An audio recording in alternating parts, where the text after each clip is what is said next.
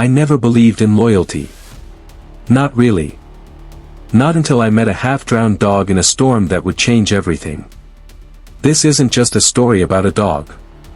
It's about betrayal, power, and the kind of love that doesn't walk away, even when it should. Even when the whole world tells it to run.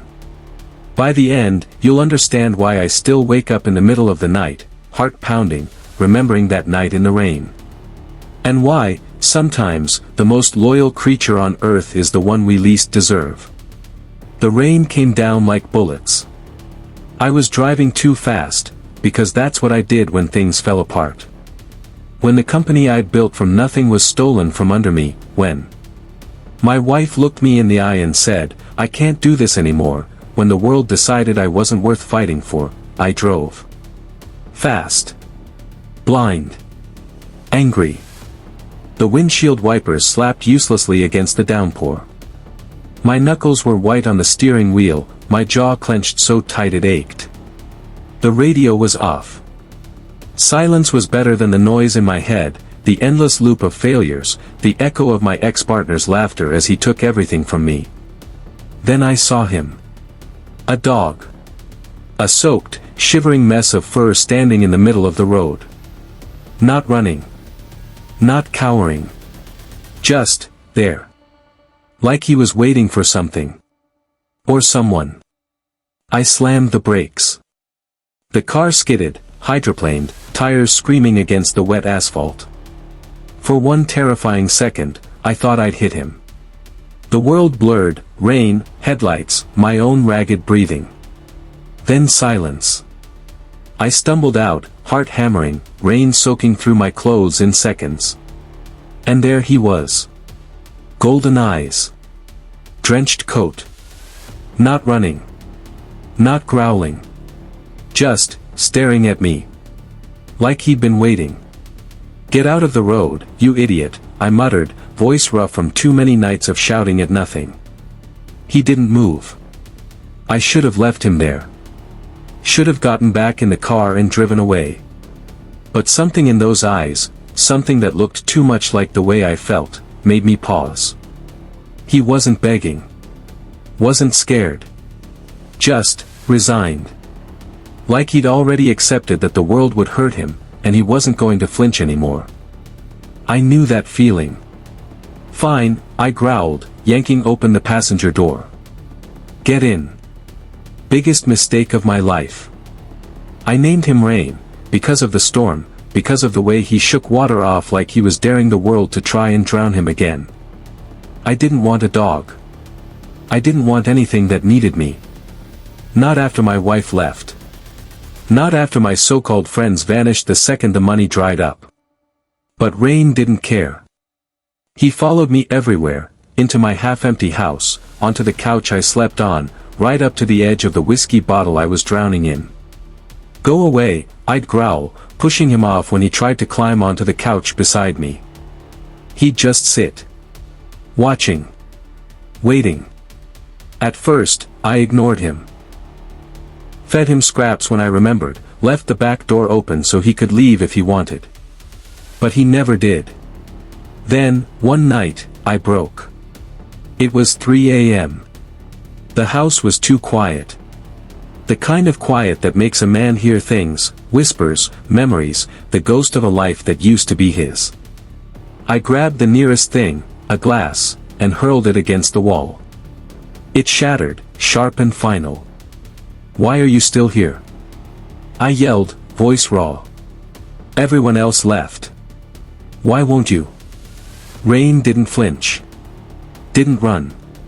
He just walked over, slow and steady, and licked the cut on my hand from the shattered glass. Then he laid his head on my knee and let out a sigh, like he'd been holding his breath waiting for me to finally see him. And for the first time in months, I cried. 3 months later, I got the call. They're bringing him back. My old partner.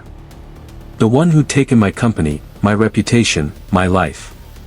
The one who'd smiled at me across the boardroom table while his lawyers slid the papers over that would strip me of everything. "It's just business," he'd said. Now he was coming back to town, for a charity event. A celebration of his success.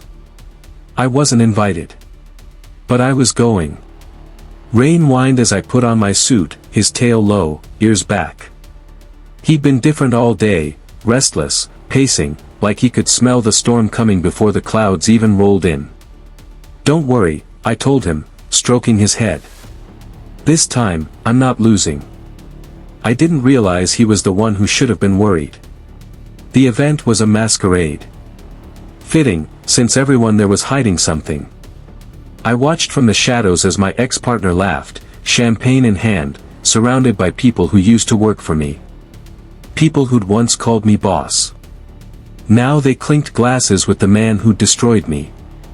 I had evidence. Emails. Recordings.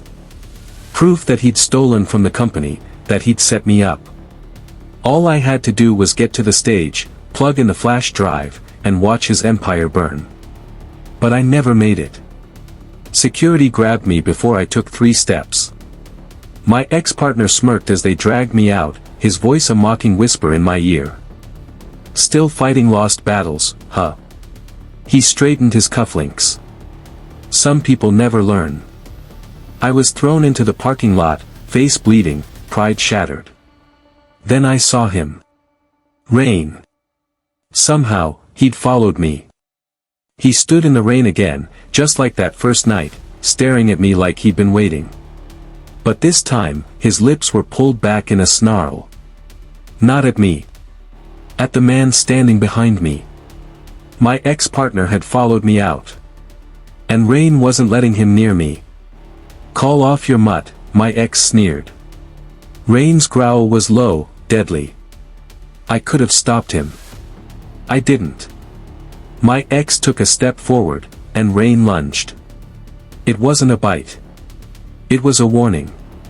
A snap of teeth just shy of skin. But my ex screamed, stumbled back, and his heel caught on the curb. The crack of his head hitting the pavement was louder than the thunder. For a second, no one moved.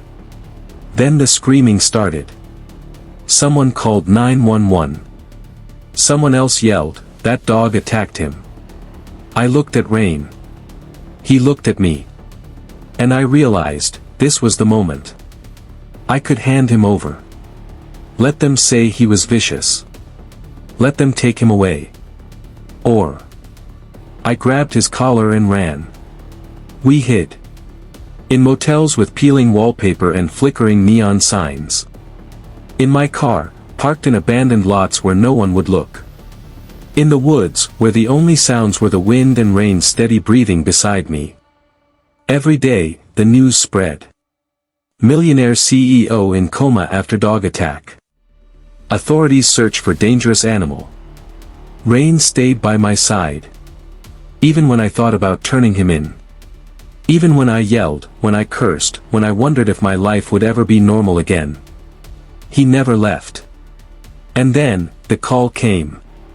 My ex had woken up. And the first thing he did? Confess. To everything. Turns out, guilt eats at a man worse than any dog's teeth. I was cleared. My name was restored. The company was mine again. And Rain. He sat at my feet through it all, tail thumping, like he'd known how it would end. They say dogs don't understand betrayal. I think they understand it better than we do. Because Rain could have run that first night. He could have bitten me when I yelled, abandoned me when I was broke, turned on me when I thought about giving him up. But he didn't. Loyalty isn't about staying when it's easy. It's about staying when it's not. And that's why, every night now, I make sure his bowl is full, his bed is warm, and the door is open. Because after everything, he's earned the right to leave. But he never does.